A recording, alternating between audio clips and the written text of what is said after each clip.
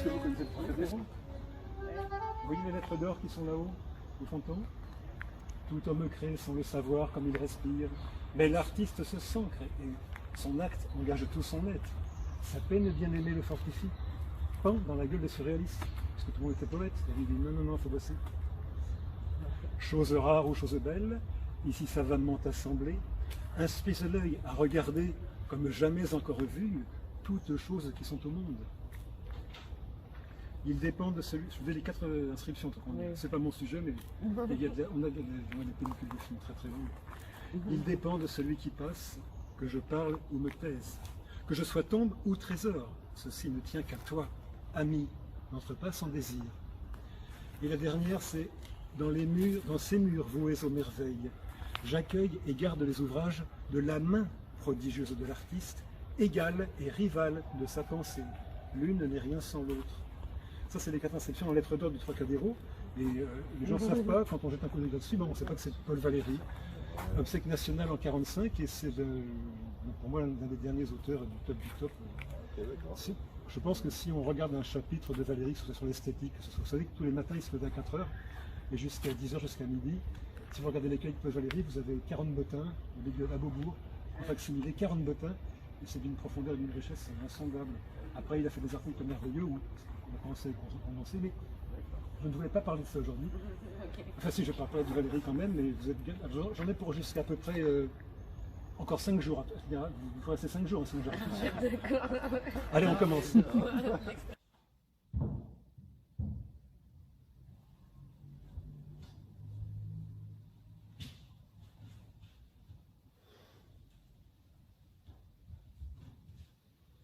Qu'elle est si fine et si mortelle, que soit ta pointe blonde abeille. Je n'ai sur ma tendre corbeille jeté qu'un songe de dentelle. Pique du sein la gourde belle, sans qu'il l'amour meure au sommeil, qu'un peu de moi-même vermeil vienne la chair ronde et rebelle. J'ai grand besoin d'un prompt tourment, un mal vif et déterminé. Vaut mieux qu'un supplice dormant. Soit donc mon sens illuminé par cette infime alerte d'or, sans qu'il l'amour meure ou s'endort. D'abord, c'est Valéry qui commence et qui dit Mallarmé dit la danseuse n'est pas une femme qui danse, parce que ce n'est pas une femme et elle ne danse pas. Mais pour évoquer ça, la salle de gym, c'est pas l'idéal. La salle de gym, c'est pas l'idéal. Il faut que j'aille dehors. On va évoquer ça dehors.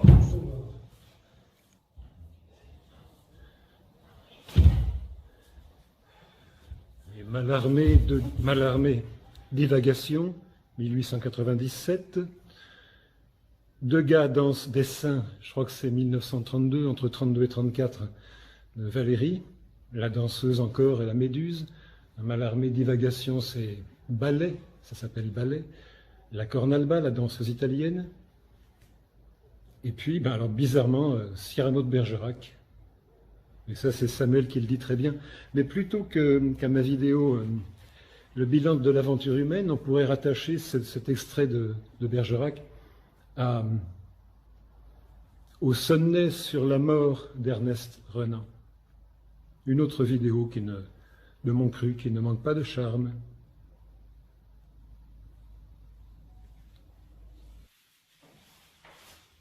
Savinien, c'est ça. Savinien de Bergerac.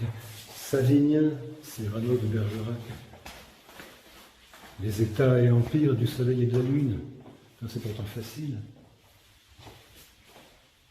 Oui, c'est lui. C'est lui dans les propos sur la mort, la tenue par l'oiseau de paradis, font penser à mon fameux sonnet sur la mort, attribué à ma préférée de toutes, attribué à Ernest Renan. Tu me fais pas un bisou? C'est la haine entre nous. Ça va? J'ai récupéré le stylo. Ça, c'est précieux.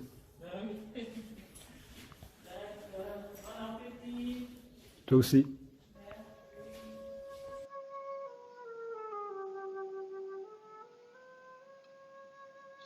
Pour Samuel et Marion, Divagation, Mallarmé, 1897, Degas, Danse-Dessin, Paul Valéry, 1932-34, deux citations qui se font écho. Le thème est la danse, la danseuse. Mallarmé dit que la danseuse n'est pas une femme qui danse, car ce n'est point une femme et elle ne danse pas. La plupart des personnes à qui je lis cela sont... Attends, qu'est-ce qu'il veut dire? Alors, ça c'est une citation de Valéry qui va faire ensuite un chapitre, non pas exactement sur la... qui n'est pas une femme et qui ne danse pas, la danseuse, mais d'abord sur la méduse. Et l'image des méduses qu'il a vue dans un film de Jean Painlevé, fils de Paul Painlevé, qui était un mathématicien, je crois, président du Conseil, un homme politique très important. Valéry avait fait un film sur les méduses, on est en 1930, les premiers films sous-marins, longtemps avant le commandant Cousteau. Vous imaginez le choc, on n'est pas tous sous-mariniers, on n'est pas tous en grenouille, de voir des méduses sur un écran. Valéry a écrit pour moi, je vais vous la lire, une des plus belles pages de la prose française. Mais justement, d'abord, où Valéry a pris la citation de Mallarmé, et la citation de Mallarmé éclaire le fait que la danseuse ne soit pas une femme qui danse, parce que ce n'est pas une femme et qu'elle ne danse pas. C'est extrait des Divagations. Un an avant sa mort, Mallarmé écrit cette prose très particulière à Stéphane Mallarmé, une prose que même Marcel Proust n'aimait pas du tout. À quoi Mallarmé répondait je conseille à des contemporains de lire le journal. C'est cette petite allusion méchante. Alors voilà ce que dit Mallarmé. Il parle de la Cornalba, une danseuse, Elena Cornalba, danseuse classique italienne qui donnait des représentations en France, donc dans les années vers 1860. On ne sait pas quand elle est morte, mais enfin, moi, en 97, elle avait 37 ans. Voilà ce qu'écrit Mallarmé.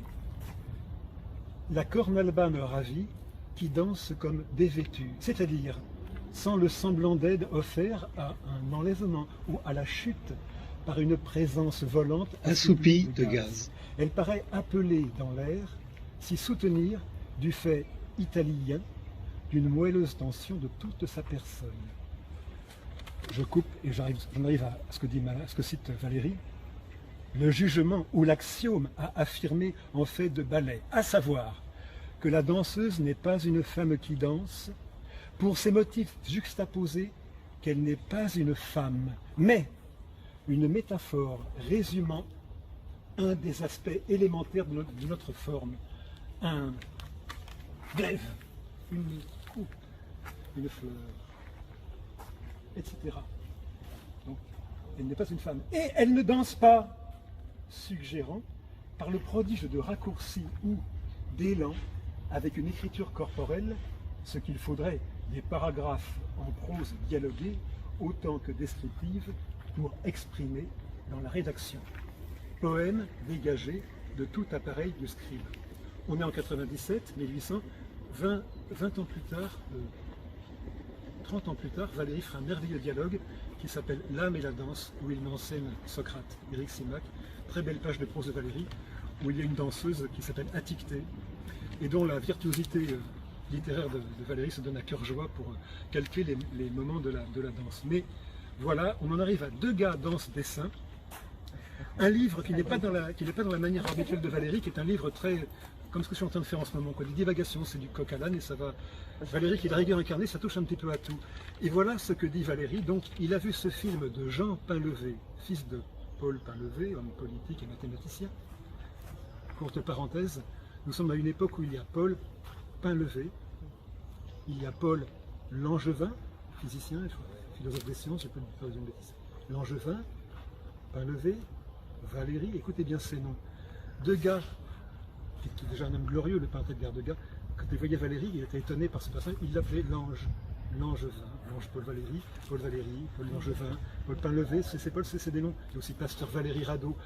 Cette époque où ces noms propres se font un peu écho les uns les autres, sont très évocateurs d'une époque intellectuelle assez brillante, et scientifique, et littéraire, et poétique. Voilà ce qu'écrit donc Valéry citant Mallarmé dans Degas danse les saints. Je reprends. Mallarmé dit que la danseuse n'est pas une femme qui danse, car ce n'est point une femme et elle ne danse pas. Cette remarque profonde n'est pas seulement profonde, elle est vraie. Et elle n'est pas seulement vraie, c'est-à-dire se fortifiant toujours plus à la réflexion, mais encore elle est vérifiable et je l'ai vue vérifier. Attention, c'est parti. La plus libre, la plus souple, la plus voluptueuse des danses possibles m'apparut sur un écran où l'on montrait de grandes méduses. Ce n'était point des femmes et elles ne dansaient pas. Point des femmes, mais des êtres d'une substance incomparable, translucide et sensible, chair de verre follement irritable, dôme de soie flottante, couronne hyaline, longue lanière vive, toute courue d'ondes rapides, franges et fronces qu'elles plissent, déplissent, cependant qu'elles se retournent, se déforment, s'envolent, aussi fluides que le fluide massif qui les presse, les épouse, les soutient de toutes parts, leur fait place à la moindre inflexion et les remplace dans leur forme. Là, dans la plénitude incompressible de l'eau qui semble ne leur opposer aucune résistance, je le refais, dans la plénitude incompressible de l'eau qui semble ne leur opposer aucune résistance. On est dedans, hein, c'est de la poésie. Et voilà. Et ces créatures disposent de l'idéal de la mobilité. Ils détendent, ils ramassent leur rayonnante symétrie. Point de sol, point de solide pour ces danseuses absolues. Point de planche, mais un milieu où l'on s'appuie par tous les points qui cèdent vers où l'on veut. Point de solide non plus dans leur corps de cristal élastique, point d'os, point d'articulation, de liaison invariable, de segments que l'on puisse compter. Jamais danseuse humaine. Femme échauffée, ivre de mouvement, du poison de ses forces excédées, de la présence ardente de regards chargés de désir, n'exprima l'offrande impérieuse du sexe, l'appel mimique du besoin de prostitution, comme cette grande méduse qui, par saccades ondulatoires de son flot de jupes festonnées, qu'elle trousse et retrousse avec une étrange et impudique insistance, se transforme en songe d'éros, et tout à coup, rejetant tous ses falbalas vibratiles, ses robes de lèvres découpées se renversent et s'exposent, furieusement ouvertes, mais aussitôt elle se reprend, frémit et se propage dans son espace et monte en montgolfière à la région lumineuse interdite où règne l'astre et l'air mortel. Voilà cette page de Degas dans ce dessin de Valéry. Pour moi, une des plus belles pages de prose que je connaisse dans notre langue. Et puisqu'on peut demander pour moi, ça chacun fait comme il veut, est-ce qu'on peut demander à la littérature, c'est une leçon technique. Quand on l'a, après on peut demander des leçons. Ça c'est plus facilement. Mais je vous en prie, mais vous êtes charmant d'avoir été patient. Non, ce qui est amusant, c'est que j'ai fait une vidéo assez récemment. Ah, ici je m'aperçois que la voix est vraiment trop peu claire, peu audible, donc je vais la doubler. Je fais une petite confidence à Marion et à Samuel à propos du 18 rue des Archives, salle de sport et de danse où, entre 75 et 78, j'avais pu assister à nombre de répétitions des ballets Félix Blasca. Et à cette époque, j'avais recopié intégralement le texte des divagations de Mallarmé consacré à la corne alba. La corne alba me ravit qui danse comme des vêtus. Et j'avais affiché ce texte sur une grande poutre verticale qui reliait le plancher des danseuses au plafond. Et évidemment, elles étaient surprises, elles se pressaient autour de ce texte, quand Blasca vient me trouver et me dit « Mais dis-moi Louis, c'est à laquelle de mes danseuses que tu fais cette déclaration un peu étrange et charmante ?» Bon bah sympa, et merci pour la presse. Alors dis-moi plus quand même sur les états du ciel et de la lune. C'est le passage où, ouais, c'est le deuxième, moi, j'ai un passage où il va sur le soleil et puis à un moment il y a le jugement des oiseaux, il se déprend. Mais c'est hallucinant ça, c'est que c'est 2006, c'est de quand? Ouais, 1650, ouais. C'est délirant, ça, c'est génial. Ah ouais, c'est complètement. Et vous l'avez joué à plusieurs, vous avez fait comment? Non, il était tout seul. Ouais, tout seul, quand les gens m'ont dit un petit bout? Non, c'est pas vous. Si ça vous embête pas. Si, ouais. La mort, me dirent-ils, n'est pas sans doute. C'est un oiseau qui parle, ouais. C'est un oiseau qui lui parle. Normalement, je l'ai joué. Donc en fait, il va se mettre, il va mourir, il le condamne à être mangé des mouches. Et sur le parcours, il y a un oiseau de paradis qui se pose sur son épaule et qui lui parle de la mort. Ouais. La mort, me dirent-ils, n'est pas sans doute un grand mal, puisque nature, notre bonne mère, y assujettit tous ses enfants. Et ce ne doit pas être une affaire de grandes conséquences, puisqu'elle arrive à tout moment et pour si peu de choses. Car si la vie était si excellente, il ne serait pas en notre pouvoir de ne la point donner. Ou si la mort traînait après soi des suites de l'importance que tu te fais accroire, il ne serait pas en notre pouvoir de la donner. Il y a beaucoup d'apparence au contraire, puisque l'animal commence par je, qu'il finit de même. Je parle à toi aussi, à cause que ton âme n'étant pas immortelle comme la nôtre, tu peux bien juger, quand tu meurs, que tout meurt avec toi. Ne t'afflige donc point de faire plus tôt ce que quelques-uns de tes camarades feront plus tard. Leur condition est plus déplorable que la tienne, car si la mort est un mal, elle n'est mal qu'à ceux qui ont à mourir, ils seront, au prix de toi, qui n'a plus qu'une heure entre s'il a 50 ou 60 ans en état de pouvoir mourir. Et puis dis-moi, celui qui n'est pas né n'est pas malheureux, or tu vas être comme celui qui n'est pas né. Un clin d'œil après la vie, tu seras ce que tu étais, un clin d'œil devant, et ce clin d'œil passé, tu seras mort aussi longtemps que celui qui mourut aussi. Ça, c'est excellent. Et ça m'étonne par la modernité. Bon, je me suis amusé à faire. Je fais beaucoup de pastiches de films, de blagues.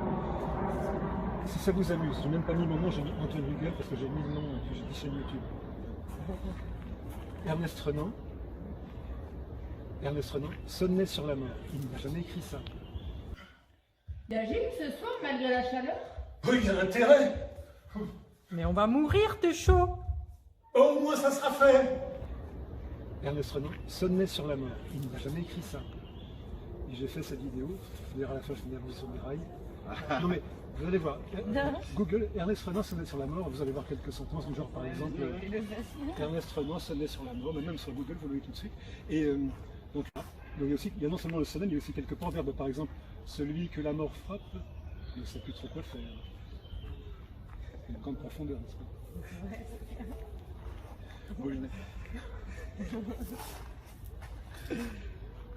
Oui. C'est ça, c'est comment tu l'as dit? Sonnet sur la mort, Ernest Renan. La mort n'épargne pas toujours ce qu'elle épargne. Oui, mais c'est un sujet qui me plaît beaucoup aussi. Ah non, comme ça on pourrait changer, puis j'irai voir. Avec plaisir. Ah bah, vous aimez les heures du choix. Et vous aimez ça. Moi j'ai commencé à travailler YouTube en 1953 à la mort de Staline. J'ai mis mes premières vidéos. Oui, non mais on fait comme ça. Le choix c'est rouge, là, on a pleuré. Non, mais je vais faire une petite vidéo, il y a quelqu'un qui l'a filmé, non, Ah, mais mettez-le en ligne, c'est plaisant, surtout que le texte est tellement génial, c'est excellent. Ouais, voilà, mais j'ai pas fait attention sur ce passage sur la mort, ça.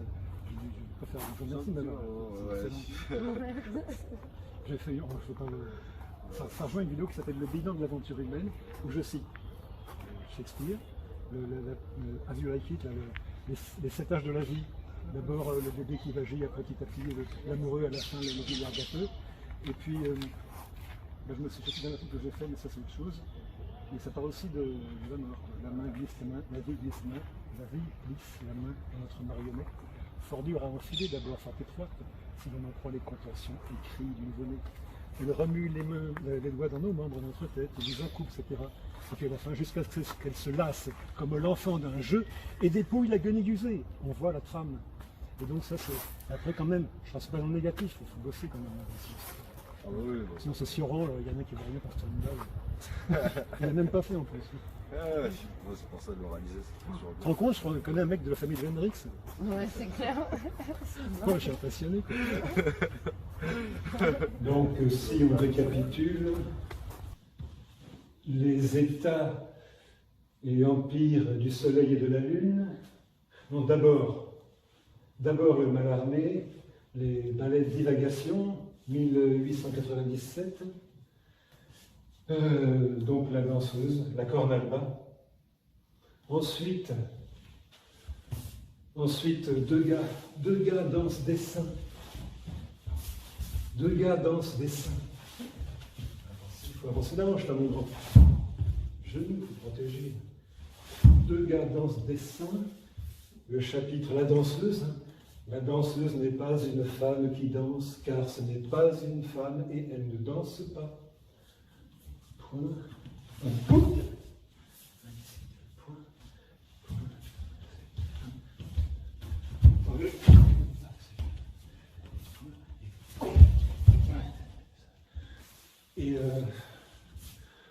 y aura Mallarmé, il y aura Cyrano, Bergerac. Là. Mais cette vidéo de Bergerac, elle irait quand même mieux. Elle irait quand même mieux après la vidéo que j'ai faite qui s'appelle le bilan de l'aventure humaine. C'est vrai qu'il est d'un cynisme extraordinaire. Et Samuel le dit bien. Bon, je rassemble donc Mallarmé, Valéry et Cyrano de Bergerac.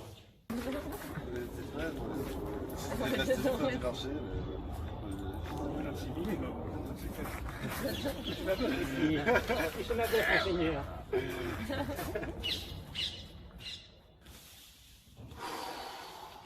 Après, il faut travailler la hanche, l'épaule. Pas facile tout ça. Et enchaînement en protégeant surtout. Enchaînement en protégeant. Surtout quand on doit protéger, rééduquer son épaule droite, ça c'est pas facile.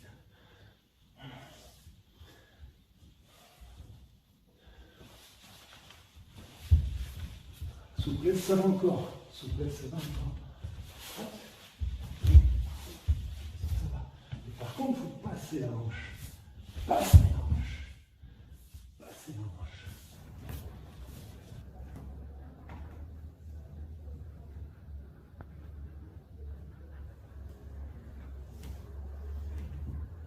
Quelle est si fine et si mortelle que soit ta pointe blonde abeille, je n'ai sur ma tendre corbeille jeté qu'un songe de dentelle, pique du sein la gourde belle, sans qui l'amour meurt au sommeil, qu'un peu de moi-même vermeil vienne à la chair ronde et rebelle. J'ai grand besoin d'un grand tourment, un mal vif et bien terminé vaut mieux qu'un supplice dormant. Sois donc bon sens, illuminé par cette infime alerte d'or, par cette infime alerte d'or, sans qui l'amour meurt ou s'endort.